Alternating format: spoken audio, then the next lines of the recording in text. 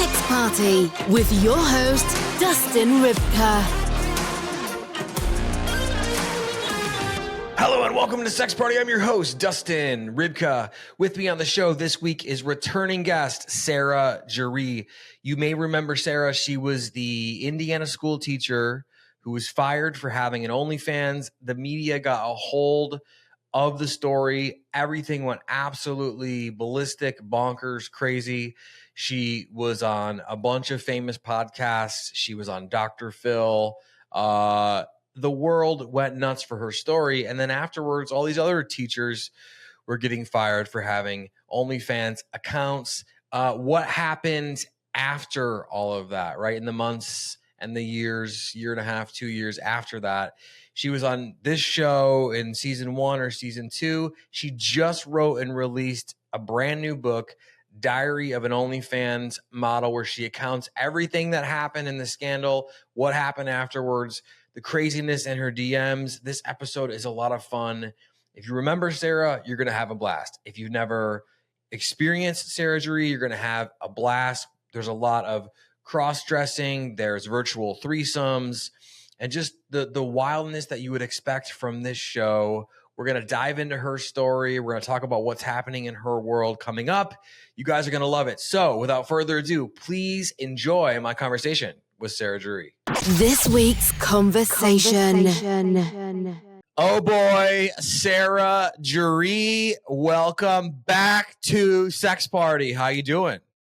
I'm ready to party again. Yeah, I bet you are. This is your third appearance. Yes. Second official appearance in an episode. We also had a bonus appearance in one of the Christmas specials. We got a little crazy. I think we were talking about like eggnog and like fucking who knows what we were talking about. Santa's hose, honey. Yeah. Santa and his hoe ass elves and shit and whatever. So you have this epic saga, right? And I don't even, but I think we need to recap it a little bit. Yeah. They don't want to hear from me, right? But like, you know, you told as much of the story as you could in your first appearance on the show, but that was like 120 episodes ago. So, and you know, there are people, the OGs that are here, we love you, but like, let's do a little recap from you, Sarah Juree. Who are you? What's going on? What do you do? Yeah, life happens. So actually about 3 years ago, this month, I was actually the teacher in a small Indiana town who ended up getting fired for my OnlyFans page. And you know how small towns are and the nosy neighbor sites and stuff. Oh yeah. It kind of set my life on a whirlwind journey. I got thrown into the OnlyFans platform, which I ended up writing a whole book about because there's a lot going on that platform. Yeah. And took a break from everything for a couple years, reflected on it. And now I'm back talking about my book, reopened my page, and revamped my report cards. I'm back in the news in the Daily Star in the UK. So doing a book tour. Yeah, and I saw and I love her. I think you're on Holly Randall, right? At one point, right? Yes, I She's just so sent her good. a copy of my book. Yeah, she actually like reposted something, like when you posted something about the book coming out, and I was like, yes. She's wonderful. She's an incredible podcaster. So like I saw the book come out, and I'm like, okay, and I meant to reach out, whatever, and then somehow you posted something, and I'm like, I'm reaching out, and I'm like, hey, you should come back on and talk about it, and here you are, because you know what's funny is I think, and I could totally be wrong because that happens, but I think you are, if not the first publicly, one of the first publicly to be fired for having an OnlyFans page from being a teacher. And what's crazy is after you, and there was this big media explosion and scandal around it, it kept happening to women. I feel like I was the OG. Like I feel like it was the domino effect or something. Yeah. Maybe I inspired some other teachers to test it out. And my hope actually is to because I was on the Dr. Phil show with Nicole Mitchell and Courtney Tilia, who were both former teachers, and my dream is to do a big Teachers Gone Wild photo shoot. Oh, so, yeah. Or Courtney's huge content too. or Yeah. something. Yeah. I think that's an amazing idea. Have you proposed that to the others? I did, and to the teacher from Canada who was fired. But then I got out of the whole for 2 years. I just walked away from it all. Yeah. Went and sold insurance actually. And now I'm back. So I think it's time to bring it back up. Yeah, I think so too. I mean, and you know, obviously there's a whole book, you know, and that I just told you before we started recording, you know, you're putting this thing self-published, and we'll get to where everyone can download it and buy it and whatever. But I just think in a couple years, I think that your story is going to wind up on Netflix, Hulu, or Amazon in that order. Potentially, we're looking at an HBO level event here too, if they do it right. You know what I'm saying?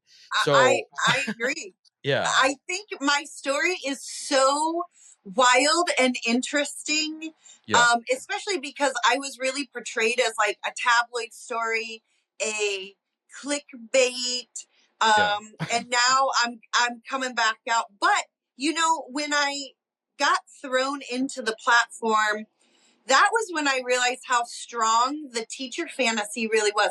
I hit kind of two categories: teacher fantasy and MILF right away. And I was going to ask you, do you have a teacher fantasy, or do you like MILFs, or what's kind of your, do you have one or the other that you like?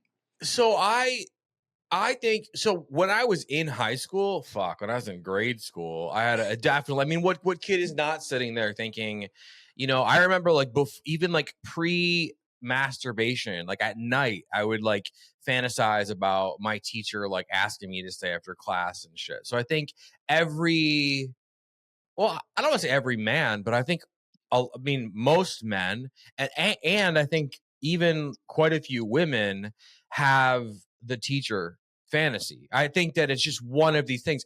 It's like a plaid schoolgirl skirt, even though it might be kind of played out or whatever. It's always going to be hot and horny. We don't really care if it's cheesy. It just looks like great, you know. And it's like, I don't think you ever kick that. I actually the other night was like on Pornhub, as you do before you fucking, doesn't matter if you've had sex that day, doesn't matter if you've eaten that day, you have No, it's illegal here. Yeah.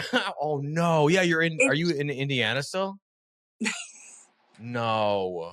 Yeah, I write about that in my book too. God. Well, I was just gonna say, there was like some video titled "Horny Teacher you know, devours or just is taken over by students," and I was like, oh, that looks good. So like, it's obviously still in there. Yeah. And I think everybody has somewhat has a bit of a MILF fantasy too. I think I thought that it was a joke. Remember American Pie, that movie? Oh yeah. Well, I really thought it was a funny joke in American Pie, and then when I got on the platform more, I realized this is not a joke. This is a real thing. Yeah. And it's really funny because as you get older as a woman, society tells you like, you're not as sexy, no man's gonna want you. But then it's all the 20-year-olds that like the MILFs, you know? Yeah. Well, first of all, society hates women. Like just straight up, society just hates women. And that's like, you know, and now we're trying to apologize to men and the male loneliness crisis. Get the fuck out of it. Like, listen, I just think everybody should start treating each other equally. And like, you know, that sounds contrite probably, and like I'm like bullshitting, but people know, obviously, if you listen to this show for this long, we're on whatever episode number this is, you know that I don't bullshit. I say it like it is. I'm done. I'm a man, and I'm done listening to people smart people. They're supposed to be smart, apologize for men. Men have treated women shitty for like 40,000 years. Now the shoe is on the other foot and everyone's pissed off.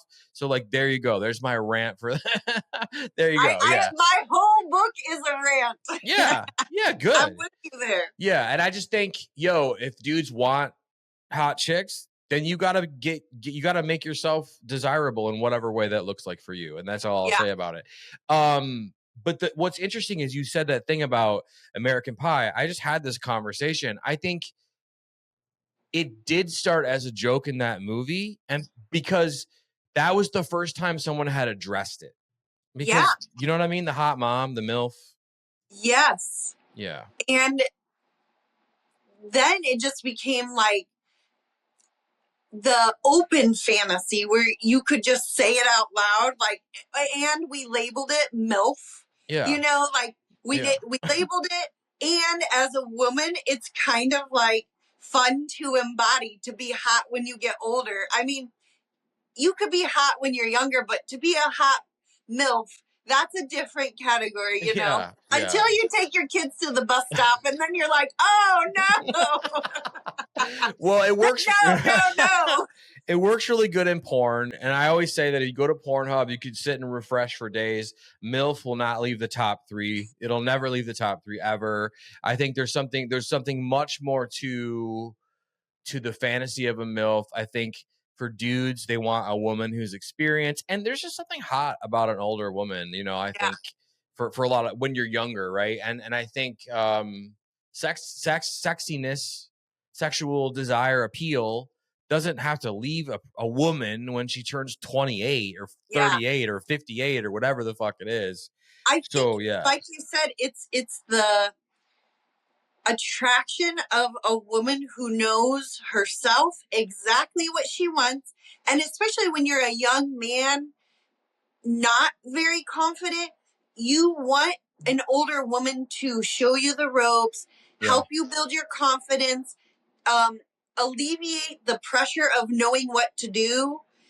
And I almost feel like the older women are the training grounds for the younger men who can go off and, display their new confidence, Yeah, I mean, if you could pick up, like, I think the ultimate fantasy is you have this relationship with an older woman, and then you're in your early 20s, and you have all this, like, knowledge, experience, and you can go and, like, actually, give women orgasms and shit. It makes you, like, this rock star. I think that's the idea, the fantasy, Yes. Yeah. Someone to show you what the heck to do, who can be more direct. We're not playing games. Like, we're gonna get you there, but you're gonna get us there too. Yeah, well, that's the other thing too, is older women know what they want because they've had a bunch of shit that they don't, and they have, they've had, like they've had more. There's just more experience there. Who doesn't want a fucking hot MILF? Yeah, so there's that. Yeah, exactly. Okay, so. And then there's that song right after American Pie. Remember, it was like Stacy's mom has got. Yeah, it was. Now you just hear it in Target all the time, and it's like, what the fuck? I know, but it's so catchy, and even the music video to that, where you're like, they're watching her from the pool and stuff, and I mean, I feel like that could be it's on Pornhub too. Like, oh, it is. They got like. There's mom so many parodies and MILF shit. I don't know, like, there's, I just had someone on and they were talking about how it was one dude, the inexperienced dude, and then it was all the MILFs from the neighborhood, and they ganged up on him for the scene. And I'm like, oh, cool. Like, that's, like he's nervous, like, don't worry, we got you, honey. Like, that kind of thing. So like, I think all of these things, whether it's your book or American Pie or Stacy's mom, the reason why it works is because it's a catchy song. It is funny. It is horny, right? Yeah. But it's addressing something that's always been there that we don't know how to address. Yeah. Again. Well, and the moms are gonna grab you a Lunchable and a Capri Sun afterwards too. You gotta hide me, honey. Yeah. Take this. Pop open that Gatorade for you and take some crackers with you, sweetie. Yeah, exactly. Exactly. Put some crackers in your lunchbox. Yeah. The last time we talked, you you were trying to get like a billboard or I don't know what. Again, Yes, I was. if we bump into some legal stuff, just say I can't talk about it. Yeah, But like you were trying to get a billboard to promote your OAF, and they I just was. they wouldn't do it. They were like they would not budge.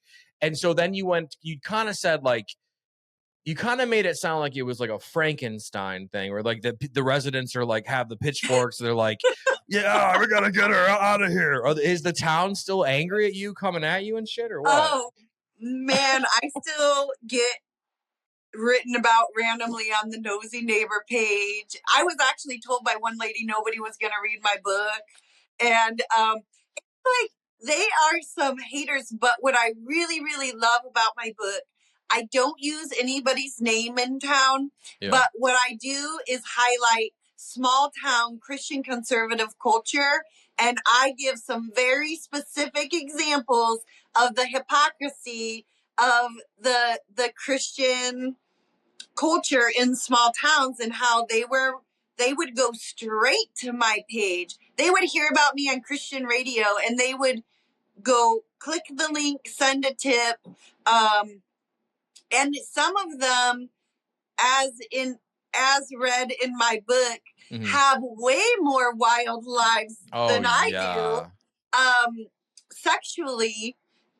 So that's kind of the point too, is the more you suppress it and shame things, the more you have to do things in the dark. And honey, they always come to light. Yeah. I got some DMs straight from my inbox that people are going to know that it was about them, even though I didn't use it. So. Hey, it's Pastor Tony. Don't tell anybody, but yeah, I'm sure. They're going to know who I'm talking about. Yeah. I mean, you know, if you want good promo, just anger a bunch of Christians. You know what I mean? That'll talk. Well, forever. And here's the thing at this point, the more people talk about me, the more it just promotes me. It drives people to my links. It's curiosity. So I've gotten to the point now that if you're going to talk about me, honey, just make sure you spell my name right. Yeah. 2 E's on the end. Yeah, exactly. Period. There with an H. Yeah, motherfuckers. Well, but so the first go round on OnlyFans lasted how long? Oh gosh, that's a good question. About 1.5 years. Okay, and how hardcore did it get? Because I remember when we talked, I think you were doing guy girl and girl sex, right? More girl with friends. I was kind of dabbling with some content like that, but that actually was where I hit the end of the road and I was like, am I going into this or not? And then I ended up closing my page, going and doing some healing work, really, and then even reopening my page. It's not going there. It's just never going to go there. We're going to have fun. I have decorating report cards on my page, sexy lingerie. Right. I have created like some digital stickers. I'm going to set up sacred sex school and sex tips. But it's just really not me unless and until I ever get a loving sex, intimate partner who also wants to do it and they're into it. Then we'll see down the road if things ever change. But I don't want anyone getting disappointed going to my page and it not being hard enough. So, I just like to make that disclaimer, because I feel like there's still a niche for me and what I offer. And actually just getting back on the page, I've had some fans tell me they really missed me. The site wasn't the same without me. So, I just have to kind of own my lane and my energy and what I have to offer. And really what I like to say is I'm Dr. Ruth in Lashes and Lingerie. And my entire mission in life, through my book and through my work, is going to be dismantling shame around sex, bodies, and sexuality. We're going to have real open conversations about this, and have a great time, have fun together, and have sexy time. Okay, that's awesome. Because I think,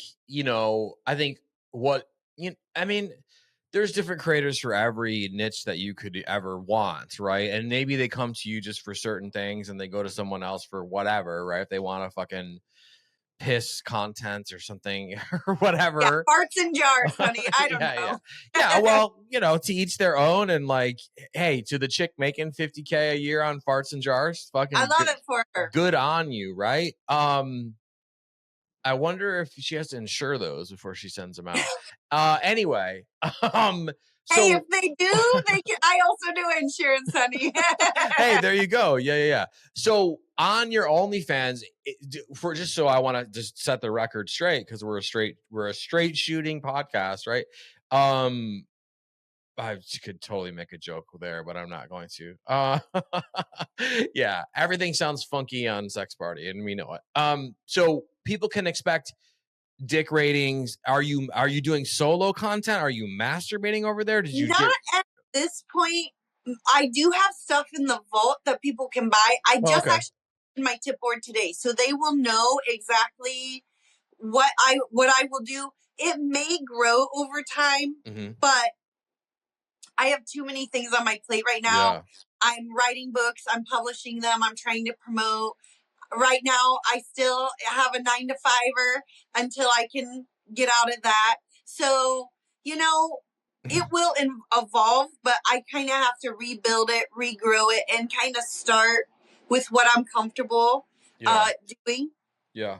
Of course. Yeah, so we'll see. I have things in the vault people can buy. Maybe more content out in the future. But they can always join now, join later, see what the vibe is.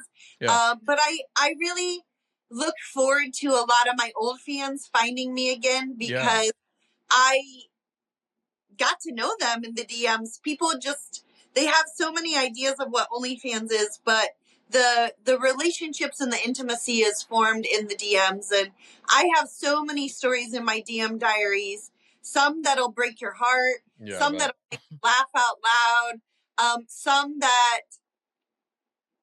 make you think differently about the content makers and the people on the page. Some of my very best fans were married couples. I actually saved a marriage. Well, let's hear that. What I don't think. I mean, even if you told the story, let's hear that story. Yeah. So it's in my book, but what happened was I was on a podcast. I'm forgetting what it is, but the women are like so awesome. Okay. She's a sex therapist, and one of her clients, a married couple, they had like a foursome gone wrong.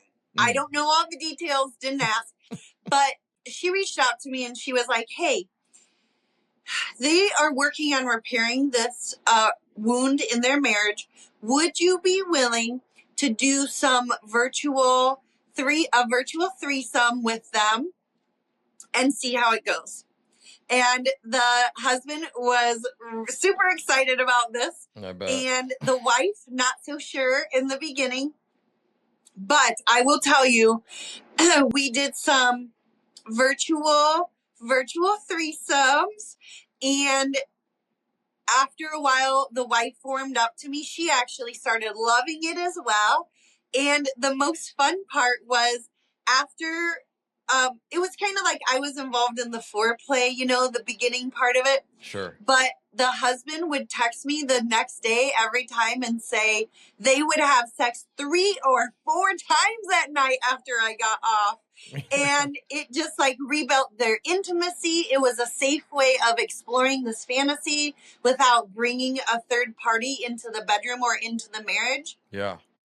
And it's just stories like that I wanted to share because I want to have people think a little differently about virtual sex platforms and how they can be used therapeutically to add some fun into the marriage, but some keeping variety, things. Yeah. So a lot of my favorite fans were actually the married couples. I remember another couple, I had kind of posted a picture that was a little more naughty for Sarah, and the wife messaged me and said, "We were waiting for this photo." I bet. Yeah. Yeah. Yeah. Well, I hear a lot about creators who do virtual threesomes. And so, and also too, like we'll get into role play here in a second too, Yeah, because it kind of goes along with that. But mhm, or maybe we won't. Maybe we'll go off on a tangent. You never know yeah. here on Wherever you want to go, here I on Sex follow. Party. Yeah. Yeah. Well, so what does that look like for you? So you get on the platform and they open the laptop or the phone and you're like, hey guys, or like what do you tell them what to do? Yeah, so the way it kind of organically happened for us was like they had their um FaceTime up or whatever, Sure. mine too. And they would just position it where I could watch them and they could watch me. And the way I felt like I was kind of a director of the movie where I would be like, suck this, kiss this, Yeah. do it, grab this. I want to see the and then they would kind of prompt me and bing bang boom. I would get off, they would keep going. So wait, were you masturbating too? Oh, you really like to know the details. Well, Yes, yeah. for that, yes. That's great though. I think Yeah, because it's one thing if someone's watching and maybe, first steps like watching and directing, but like if someone's masturbating, you know what I mean? You brought them in virtually and you're having sex and they're sort of directing, but you look over and the person's like, that's nice because it's like a confidence builder. You know what I and mean? it was enjoyment for everybody. Yeah. It was sexy because when you think about porn, it's a very static experience. Like Yeah. you're the voyeur, but they're the ones having fun. And in this experience, everybody was involved, everybody was having fun, everybody was experiencing pleasure. It was very safe. I didn't want her husband. I didn't want involved in their marriage in any way. Um, and we all vibe together too, which I think is important that you have rapport and everybody feels safe and Yeah, for sure. Well, we always want the gritty details on this show, but again, you do. only share what you're comfortable with sharing. You don't have to share stuff that you're not comfortable with. You know that. So I know that. yeah, of Thank course. But I think that's really cool because I think there's a lot of a lot of couples out there. And I think at some point, and maybe it's just me and my relationships, but at some point, role play enters the relationship for the variety. Yeah. You know what I And mean? Like you start pretending like, oh, what if I was, well, I guess it depends on your comfortability level with the partner, but like you could pretend yeah, like you're other people, and it's just like, or you can be people that dress up. aren't real, or you could dress up. Yeah, yeah, yeah, Yeah. I mean, yeah. it's the whole thing. And I actually love dress up. But then, really when you start getting into the world of sex, this is where things get really interesting. And you're going to read about it in my book because sex, there's so many layers to it. You have power dynamics. You have men who all day long have to be in charge, making decisions, very alpha. And when they're in the bedroom, they want to take all of that off. They want to call you mommy. They want to be held. They want a very soft experience, or they want to be dominated. So sometimes when you're out in the world, you have one mask and it's very performative. And then in the bedroom, you don't want that same performative experience. You want to flip it in a lot of ways. Right. Yeah, totally. Yeah, people want what they're not normally getting either way, right? Yeah. Yeah. I in my book, I write about the sweetest lawyer. And I was just surprised when he asked me, like, can I call you mommy? And talked about like breastfeeding kink and not, it surprised me because it was a world I wasn't used to. I got thrown into the platform I was only on it a couple weeks before I got fired. So it was all new to me when I got into this world. Welcome to OnlyFans. Time for a breastfeeding kink. Yeah, yeah. Yeah, that's why I had to write a book about it, because it was almost like I was experiencing it, but I was also observing it in real time and taking notes and curious about it all and wondering. So the book is part memoir, part scandal, part sociologist. Yeah. Yeah. Giving everyone a little peek into the platform. And I think sex, it's universal. So the book is I've been getting such good feedback from men, from women. Actually, right before I got on this podcast with you, I got a DM from a man who said my first few chapters made him cry. Yeah. Well, And yeah, I would imagine, like, because not to cut you off, but I would imagine. yeah. Yeah. Yeah. Yeah. It's just, there's so many layers to it. We all grew up with different programs around sex, men and women. Yeah. Yeah. And what I really tried to do was humanize the experience for myself so people could know Sarah. I also have diary entries that were personal to different times throughout the experience. Yeah. But I think this is my book, but it's our book. Yeah. Well, I think you're more than qualified to write a book about it. And I think that's what your authority on it, and going through this experience of getting fired for it, becoming this like salacious, like scandalous, like hot for teacher fucking kind of vibe. And then, quitting the platform, having weirdos in the town square, like somebody's like following you around the grocery store or some shit, and then coming back. That's in the book. Yeah. I'm sure there's a whole section about me going to the grocery store to pick up my grapes, and he gets weird. But that's what happened with insurance was a man in the community who's a cross-dresser got curious about me and started Googling me or something and threatening me that if I didn't sell him my panties, he was going to out me at my next job. And I think I just realized at that point, I just need to own the story so nobody from this point forward can ever try to use that story against me. Yeah. And guess what? I can do it all. I'm very ethical. I am a very smart person. I can do insurance. I can write books. I can be sexy too. Like, I am here to show women that you don't have to fit into one box that people try to put you in. Yeah. Well, I mean, any human who's worth talking to is a multifaceted human, and I think that that's what's great is that you said this book is for all of us, not just you. And I think that would only come from someone who realizes that they're more than just one thing. People, again, with the fucking society shit, but they want you in one box, right? Who is they? I don't know. The Illuminati. But they want you in one. Diddy wants you in one box, and he wants you to stay there. Yeah. Well, yeah. That.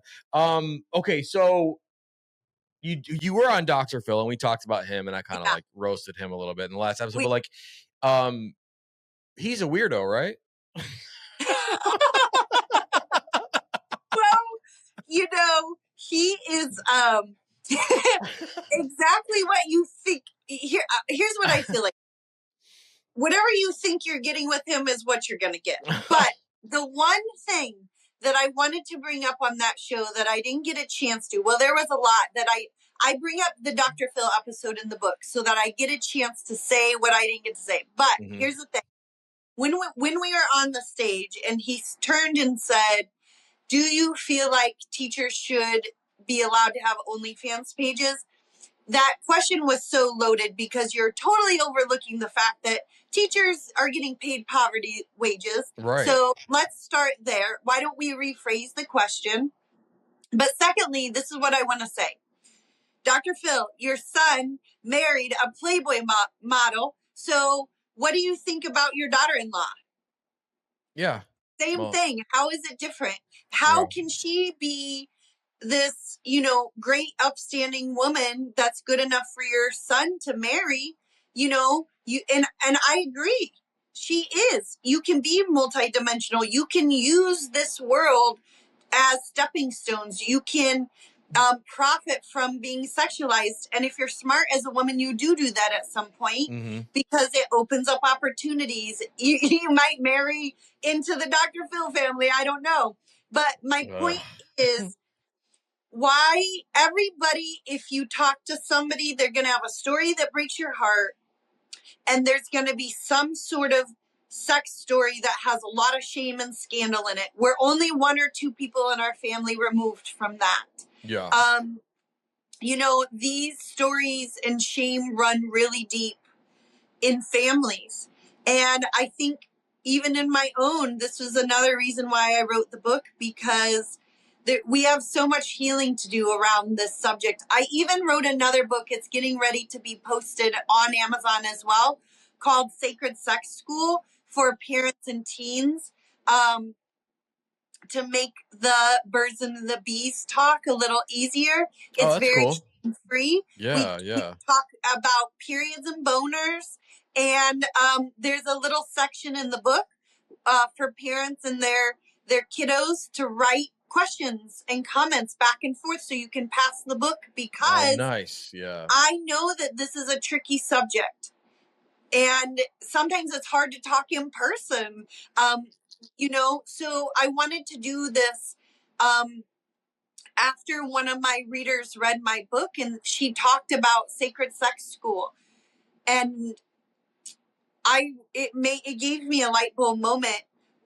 When you're in your 40s or 50s and you're just now reading about this, what if we could establish new stories about sex and pleasure, and that our bodies are good and our bodies are wired for this, but we talk openly about consent and what that looks like and feels like, and we empower people early on in life instead of having to go to therapy later because we got shamed our whole life for our bodies and pleasure. Yeah, and I think, you know, I'm sure the Christians will love that, periods and boners, but yeah, I well, think that but we all get it. Yeah, no, I mean, look, religion has ruined everything. That's all I'm gonna say. That's all I'm gonna say. And you know, I would still march and take a bullet for someone's right to do whatever the fuck they want with their stupid religion, but religion has ruined everything. Here's the beauty about a book, honey. If you don't like it and you don't agree with it, you don't buy it. Yeah. But if you're looking for tools and you're looking for a resource, I would suggest, hey, read it first, then pass it to your kids. And if this feels right for you and your family, hell yeah, here's a new tool, and maybe we can do things a little differently. But with all that being said, my neighbor who I write about in the book, oh my gosh, I laughed the whole time writing her section. She had said something about choke the chicken in front of my kids, and my eyes got this big, and I said, gosh dang it. Yeah. Well, that's what's great about this book, right? Is well, I'll let you tell them the title again. What's the title of your book? Diary of an OnlyFans Model. My author copies are all sent out right now. I'm waiting on my new one, so I had to just kind of print one. Yeah, of course. And the book is it obviously it's a summary of the scandalous thing that happened when you got fired from the school, right? And everything you went through after that. And I know legally there's some things I can't ask you, and I won't, because I promised you I wouldn't. So I will not, even though I really want to. But it's also other parts of it are like, you know, your adventure with OnlyFans, what people are asking for. You know, you sent me a snippet of, like, you know, and you've mentioned the DM diaries. There's like, we already talked about a couple of them, but like, what is the DM diaries in the book? Can you talk about that a little bit? Yeah. So there's a whole section that I call DM diaries, where I take people into the DMs and what's being said. And actually, someone just said your DM diary section was so long because it was a year and a half. Yeah. And I don't forget anything. So if somebody, you know, but one of my favorite fans, oh my gosh, I'm not going to cry. This no, you fan can was cry if you want. this fan was from the UK. And he was shy, and I got to know this sweetie, and he was a father, and he was really struggling with self-harm. And every day we would talk, and I would encourage him. And after I had gotten out of OnlyFans, I showed up one day and there was a little package on my patio. He had found my Amazon wish list and sent me a $50 gift card and Oh said, man. still thinking of you. You got me through a really tough time. And this was like a year and a half later. I had not been on the platform at all. And Yeah. I think it goes to show that what I hope people come away from in my book was I answered every single message in there personally.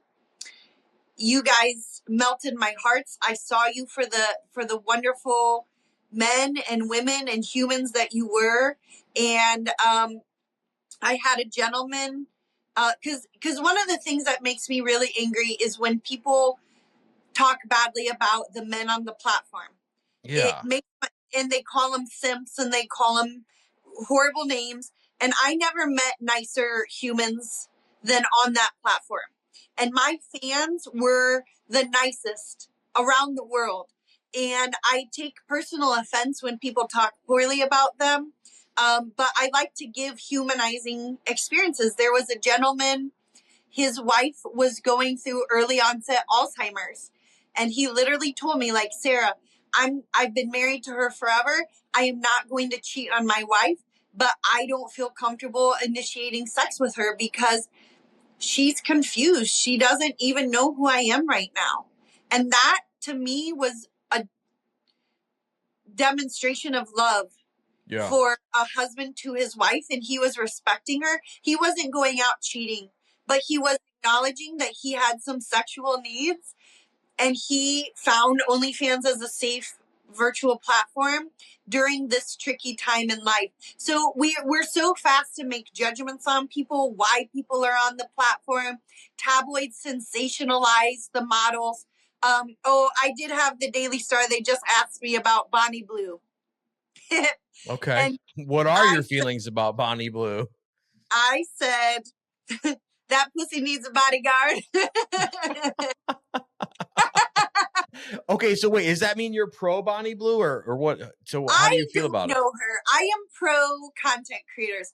I'm just saying, maybe slow down, honey. Like, just, think about just, I write about her in the book. So if you want to see what my thoughts are, but no, as far as her as a human or a woman, I don't know her. So I'm not passing judgment. I'm just making a cheeky comment, because the tabloids love to sensationalize, and every single story you read about OnlyFans is some sensational story. But my point kind of is like, a lot of models use shock value in big numbers. But the problem is, eventually, it's not going to be shocking. It's going to be normalized. And then what are you going to do? Like 1,000, 2,000, 5,000? Like, you got to kind of think about what your strategy is. Yeah. And listen, she's the millionaire, so. Well, I think, so the shock value side of it, I think, is just it's always been a thing. I mean, look at Howard Stern, look at fucking, like whatever. But like, I think with the internet and the way that it is, people chewing up their fucking,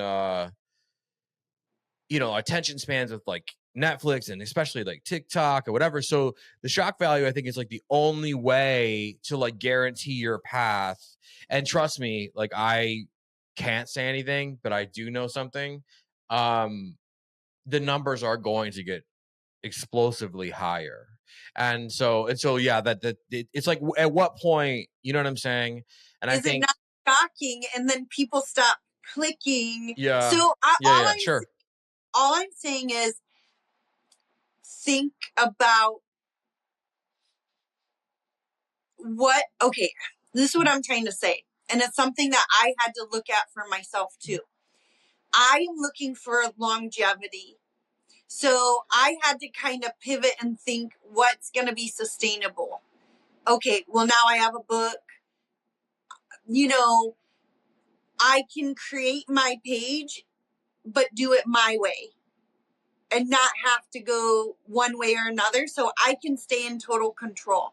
And that's the beauty of the platform is it's supposed to be empowering for the content creators. And that's all I'm saying is this empowering or has things kind of gotten out of your empowerment? I don't know. And I'm not here to make any judgments. I'm just posing a question, honey. That's all. Yeah, I think that that's important to delineate because I met Lily Phillips actually at AVN this year, and Yeah, I saw you were at some of those conferences. Yeah, she's fucking amazing, and she has some really great ideas on how she's gonna like more parse it out instead of rushing through it or whatever. And I think Bonnie Blue is fucking awesome, to be honest, and I would love to have her on the show. And I think maybe you will now. Her motivation to just get in there and get it. And where does it end? I think the only person that can answer that is Bonnie Blue, probably, right? Yeah. And I've had, well, I can't say, help her write a book. I can't say who, but I've had somebody on the show that is coming out that is in that realm, and it was fascinating, and she's awesome and whatever. So yeah, I think I think it's important to say that you're not judging, but that is another internet sort of cultural thing that has happening, right? It was school teachers. Oh my God, I can't have them near our kids. Yeah. Now it's everybody's doing the gangbangs or whatever. So it's like, even for the media, what are y'all gonna, because whatever they vilify becomes successful. You know what I'm saying? So it's all about clicks and dopamine but at the end of the day, it's like, well, how many, and that was where I got to, was like, how many times can you run the same story? Not so many, because people have microwave memories. The next story's coming out. They're going to run it as long as people are reading about it. And as long as you're in the news, that's driving people, this is a whole business I write about in my book. But, I just am saying, like, especially for the younger women, there may be a point that you might want to pivot out, or, look at Bunny XO. I've been trying to get on, I've been manifesting getting on her podcast, but she's doing her podcast thing and she's closed her page down. So I think it's kind of normal at some point. If you use it as a income stream to get your name out there and stuff, but there may be a point, and maybe not, that you want to do something different and branch out into other areas. That's all I'm saying. Yeah, I think it one income stream is my point. Don't make it your whole identity, and don't make it your only income stream. Yeah, and I think, there's so many, to me, there's so many pieces of those kinds of stories that are similar to yours, right? It's like, it's one of these things where, again, it's, to me, well, I don't want to say that you guys are all in the same boat, but in terms of the media coming after you guys and blowing fireballs, because just go look at Radar Online. Like, you know what I mean? And that's the one thing I hate. They villainize the content creators and the models, but they overlook the fact that there's only 1 million content creators and 84 million subscribers. Yeah, so why are there not any articles about the 84 million men and shaming them? Yeah. And they're disgusting. And why are they jacking off at work? Well, it's a story for another time. Okay, so the DM diaries, there's a couple, you sent a couple to me, which are really fucking, and you covered the cross-dresser blackmailer, which, well, a little bit, right? We got to leave something for the book. The one I want to hear about, the two that I want to hear about, the military men and patriot perverts. Tell me what you can about this. These are guys who are DMing you? Well, there was a little flood. There was a little flood of military men. I'm very popular with the military men. But there is one in particular that had a soft spot in my heart. And this was a military man who did cross dress, actually. And we developed a very good relationship. Again, a little sweetheart, a great dad too, but performative in real life, military man at home, dressing in lingerie, sending me pics, asking if he looks pretty, which of course I love it. You know, I love to dress up. I like to feel like a little Barbie doll, you know, but. Did he look pretty? Yeah. Okay. He didn't do the wig or anything. Like if I kind of wanted to do a full on glam session, you know, but we didn't, you know, maybe a different time, but I wanted to do a full on glam session, do the wig, do the makeup, really let him play in that energy. But again, I feel like my page became kind of a safe space for people to share what they hide from the rest of the world, because they know I'm not going to judge them. I'm going to have fun with it. You know, and I'm going to make them feel good about an experience that, you know, they're not open with, in their real life, you know, for various reasons. And I think we all know why. But just kind of just little stories like that. I don't want to give all of the DM diaries away. Yeah. But I will say this, something I love as an author. I have been having people read the book in real time and DM me for extra tea, backstory. I have a little DM diary sticker set, little digital stickers that I turned the characters into. So everybody that buys the book, DM me. I'll send you the because when you get pulled into the world, it all makes sense. It's funny. There's a story about someone that I tried to date. I call him the gas station goblin, and his ex-wife was a muscle mommy, and I actually just signed a book and mailed it out to her with some little gas station goblin stickers. Oh no. Oh my God. Yep. Wow. Wait, can you say why he was called the gas station goblin? No, I cannot. Oh, come on. Give us one. Give us one. But it was very therapeutic to roast an ex. Oh, we didn't even get to the dating part. It was like a talking stage, you know, but you know, someone who really hurt you deeply, when you're able to like flip it around and like be like, oh my God, what, like gas station goblin, and then sign, seal, and delivered the book and some gas station goblin stickers to his ex-wife. It felt really good. So if anyone's trying to get over heartbreak, roast your ex and turn them into a sticker. Well, do you find that since the OnlyFans, because we did talk about this at some point, but who gives a shit? Do you find that it is difficult to, like, when the OnlyFans shit broke, right? And you're like, this media, here's my moment, right? Here's my I got, you know, the Andy Warhol, like 15 minutes kind of a thing.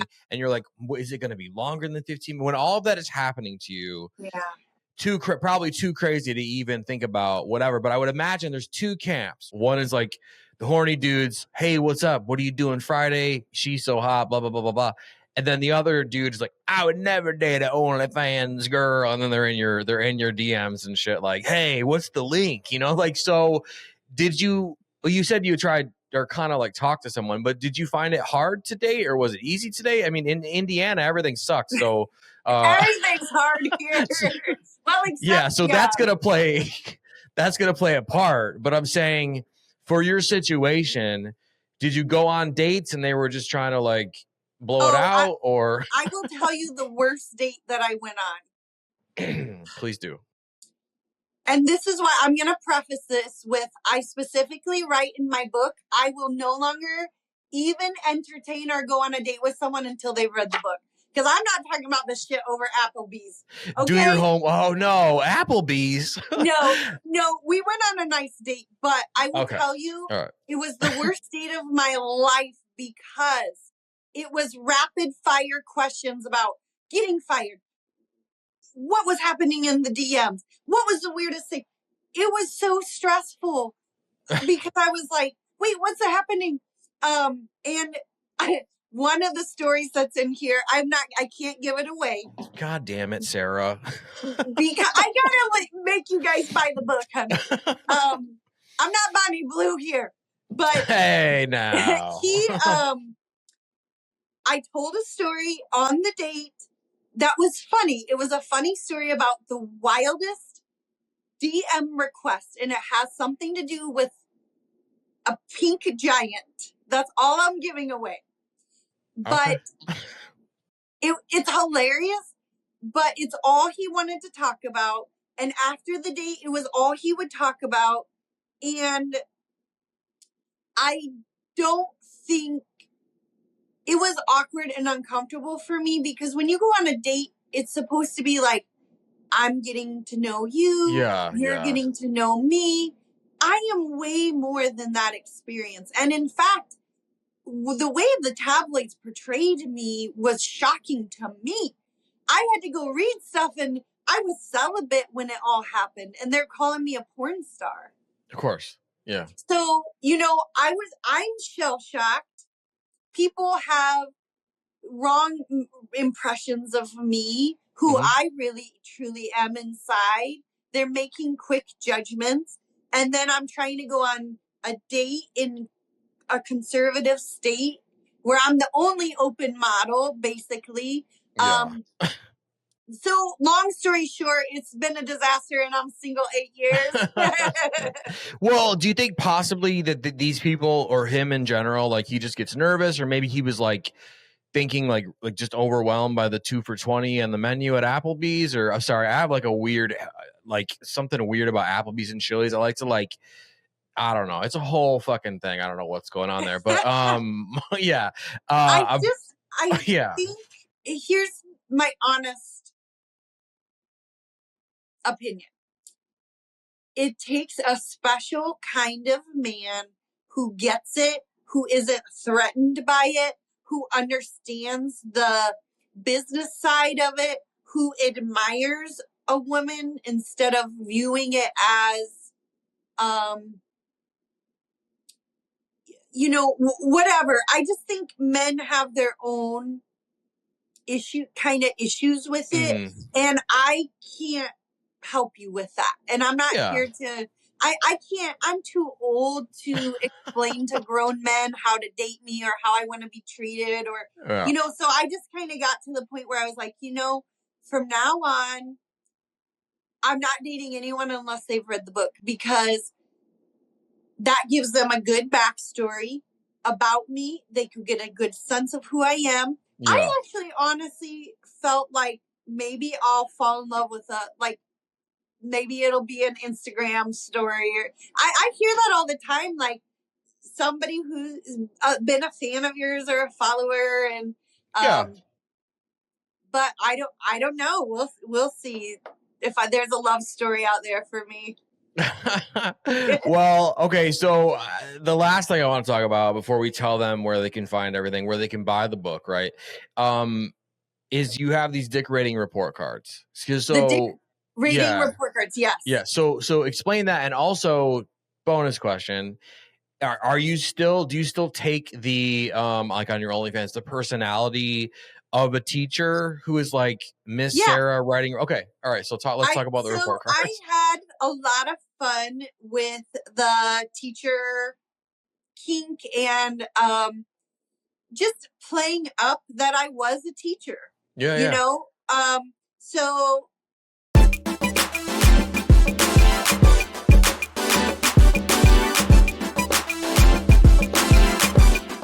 right? You can say whatever you want. Yeah. But I actually, when I got on the platform, again, shell shocked. When I found out that there were ratings, I thought it was a joke. I was like, no way, people. are paying to get it rated. Not only are they paying, honey, Yeah. which I love that. I love to rate. But I had a fan tell me that I should make a little report card. And because I have a good sense of humor and I'm playful, I went and mocked up a little report card. Now I just revamped it. I rolled out with two, a one for praise and a humiliation report card, because I learned about that too. Sometimes they don't want to be praised. So I have two. Those are custom to my page. Cannot get it anywhere else. It is custom. So you're going to have your name on it. You're going to have custom comments. It's cute. You can print it out, put it on your fridge. Your mom will be proud. So are you grading them A through F? Or is it just through F, standard American grading system. Okay. And I love it, especially, listen, you don't have to send them unsolicited. Send them to me. Yeah. And we'll have a little bit of fun with it. And I'll be honest with you. Like, if you really want to know my opinion, but you can also tell me, like, hey, go easy, grade easy, do you grade on a curve? And then I'll be like, God. Do you have a curve? Grade on a curve could be an episode title here. It could be an awesome episode. Okay, actually, in the future, I would love to go back to my podcasting days and either do like a sacred sex school, really play up the Dr. Ruth in lingerie, or DM Diaries podcast, where I bring other OnlyFans models on.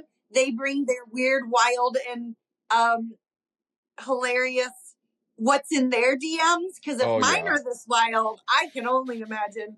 And then we talk about toys, and my whole hope when I had my own podcast back in the day was to humanize OnlyFans models, because it is the mom next door. It's the pastor. Sure. It's every woman now. And every woman is finding a place on the platform. And it's not, and we're just regular people. I had a producer reach out to me back in January or February about that. Oh, I don't know if I can talk about it, but they want to follow some OnlyFans models. And at the time I wasn't on the platform, but I think it's time that we humanize the models. Sure. We're packing lunches and making content, Yeah, it's the American dream. Sarah Juree, thank you so much for being on the show with me again. Now, let's remind them where they can find you on social media. More importantly, where they can find you on all the platforms where they can dump cash all over you, but also where they can find the book. Yeah. So Sarah, Juree. Go to my Instagram. That's really the only social media I have right now as I'm rebuilding. I do have a manifesting page. I do have Sarah Juree books. I write about law of attraction, God. I think people are going to see there's many sides. I have like a whole little library of books. I talk about ketamine therapy. I started on that. So I talk about my psychedelic journey. Love that. I have another book called God is My Sugar Daddy, which is my memoir. And then Diary of an OnlyFans Model. These can all be found on Amazon. You can go to my Instagram page. You're going to get to my link tree. It's going to take you the direct links to my books and everything else. My Venmo, my Amazon wish list, if you really want to spoil me. But you can find it all there. And I just want to say that I'm self-published. I don't have a marketing team. I don't have a PR team. This is Sarah, God, and you guys. So every share, every 5-star Amazon review, every podcast host that brings me on, you guys are supporting my comeback, and it means the world to me. So thank you. Well, I love you. I can't wait to see what you do next. I can't wait to have you back on the show. We'll chat about it in a second when we disconnect. But thank you so much for coming back. And I'm proud of you for doing everything you're doing and fucking punching back a little bit. We love that story on this show. So thank you so much. Thank you, guys. Huge thank you to my guest, Sarah Juree, for being with me on the show this week. If you love Sarah and you want to see her again, first of all, make sure you go take some cash. Go buy the book, subscribe to her OnlyFans, buy some content, do some customs, do a dick rating, enjoy yourself. But if you want to see her again, she will be coming back to the show in the future. Let's say you're loving guests like Sarah, but mainly you're just loving all of the guests. You're still on board with all my nonsense. You never want to miss a party. You want to show that love, that appreciation, that desire for more. What can you do? Well, if you're listening to this on platforms like Apple and Spotify, you could leave a rating, you could leave a review. I would love that. I would appreciate those things. It means a lot to me. But you know what? What would mean more and would be better for you is if you just subscribe to the show. That way you never miss a new episode every single Wednesday, especially if you are subscribed or you think you're subscribed on Apple Podcasts. They've been doing this weird thing where they're unsubscribing people still from certain podcasts. We don't know why. So go to Apple Podcasts, go to Sex Party with Dustin Rybka. Upper right-hand corner, if you see a pause button, it means your subscription is paused. Hit that button, toggle on down to resume subscription, resume downloads. Boom, you're resubscribed. If you're watching this on YouTube, I love you. I see you. I appreciate you. If you're watching this on YouTube, do you plan on buying any content from Sarah? And bonus question: if you were a teacher, would you try to keep the OnlyFans private? Would you say I don't care and just put it all out there on display? What would you do? If you're watching this on YouTube and you want to show some love, show some hate for the show, you never know, right? What can you do? You could like this video, you could dislike this video. You could do that to all the videos. You could leave a comment on all the videos or this video, positive or negative. We will go back and forth and have a wonderful exchange. But what you really want to make sure you do is subscribe to the channel so you never miss a new episode every single Wednesday forever. As always, I'm available in the DMs on Instagram, and I will see you all right back here next week. Thanks for listening. The party continues next week. Click subscribe and let's make this a regular thing. Follow the show on Instagram and Twitter at SexPartyFM. Follow Dustin at Dustin Rybka.